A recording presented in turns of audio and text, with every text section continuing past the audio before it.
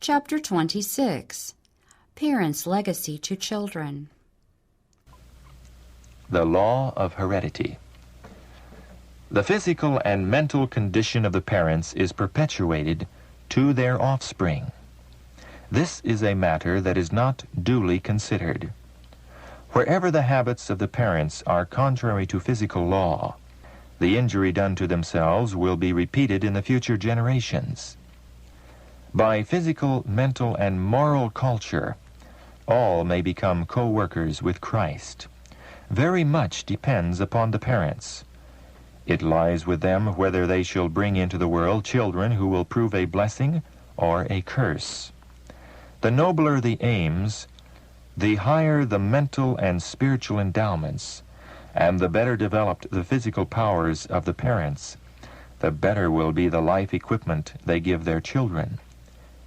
In cultivating that which is best in themselves, parents are exerting an influence to mold society and to uplift future generations. Many parents are lamentably ignorant. Those who have charge of God's property and the souls and bodies of the children formed in His image should erect barriers against the sensual indulgence of this age, which is ruining the physical and moral health of thousands. If the many crimes of this time were traced to their true cause, it would be seen that they are chargeable to the ignorance of fathers and mothers who are indifferent on this subject. Health and life itself is being sacrificed to this lamentable ignorance. Parents, if you fail to give your children the education that God makes it your duty to give them, both by precept and example, you must answer to your God for the results. These results will not be confined merely to your children. They will reach through generations. Just as the one thistle permitted to grow in the field produced a harvest of its kind, the sins resulting from your neglect will work to ruin all who come within the sphere of their influence. Luxurious living and the use of wine corrupt the blood, inflame the passions, and produce diseases of every kind. But the evil does not end here. Parents leave maladies as a legacy to their children.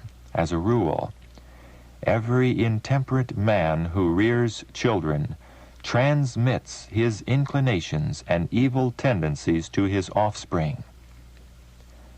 He gives them disease from his own inflamed and corrupted blood. Licentiousness, disease, and imbecility are transmitted as an inheritance of woe from father to son and from generation to generation, and this brings anguish and suffering into the world and is no less than a repetition of the fall of man. And yet, with scarcely a thought or care, men and women of the present generation indulge in temperance by surfeiting and drunkenness, and thereby leave as a legacy for the next generation disease, enfeebled intellects, and polluted morals. Fathers and mothers may study their own character in their children. They may often read humiliating lessons as they see their own imperfections reproduced in their sons and daughters.